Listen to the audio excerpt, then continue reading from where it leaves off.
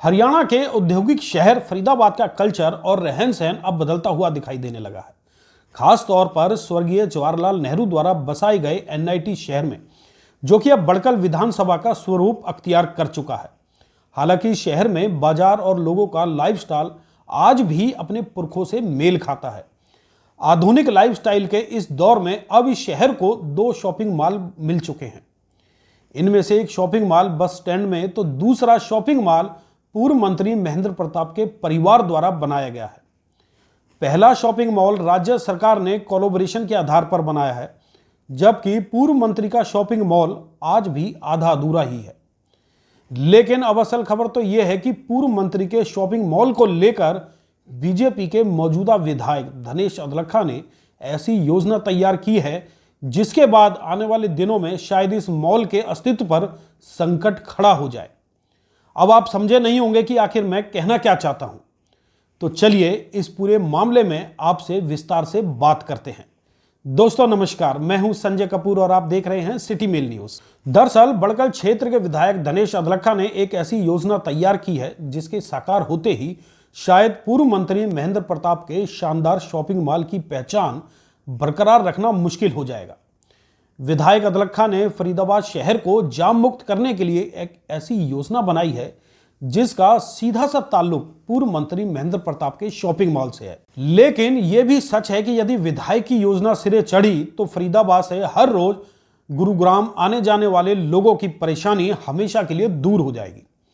अदलखा ने फरीदाबाद विकास प्राधिकरण यानी कि एफएमडीए के माध्यम से मेट्रो रोड एनआईटी नंबर 3 से सैनिक कॉलोनी होते हुए गुरुग्राम रोड पर हनुमान मंदिर तक एक एलिवेटेड फ्लाईओवर बनाने की योजना तैयार की है।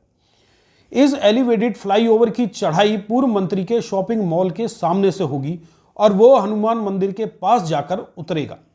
इस फ्लाईओवर का असल मकसद फरीदाबाद गुरुग्राम रोड को जाम फ्री करना है। इस परियोजना पर करीब 200 करोड़ रुपए का खर्च आने का अनुमान है। फ्लाईओवर की डीपीआर यानी कि डिटेल प्रोजेक्ट रिपोर्ट पर काम शुरू हो चुका है।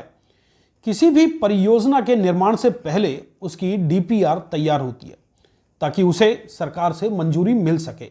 लेकिन वहीं दूसरी ओर पूर्व मंत्री समर्थक इस परियोजना को राजनीति से जोड़कर भी देख रहे हैं। आपको यह भी पता होगा कि पूर्व मंत्री महेंद्र प्रताप कांग्रेस के बड़े नेता हैं। वो कई बार विधायक और सरकार में मंत्री रह चुके हैं।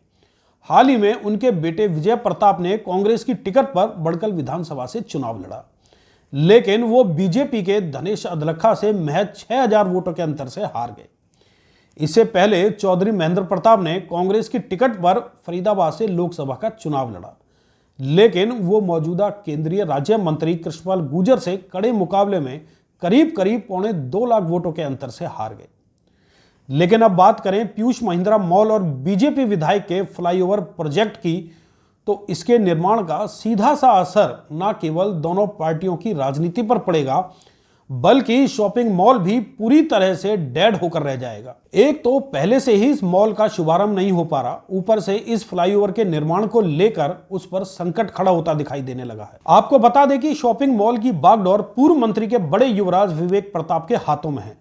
वो अपने मॉल की शक्ल सूरत को संवारने को लेकर इतनी बार तोड़फोड़ करवा चुके हैं, जिसकी कोई हद नहीं।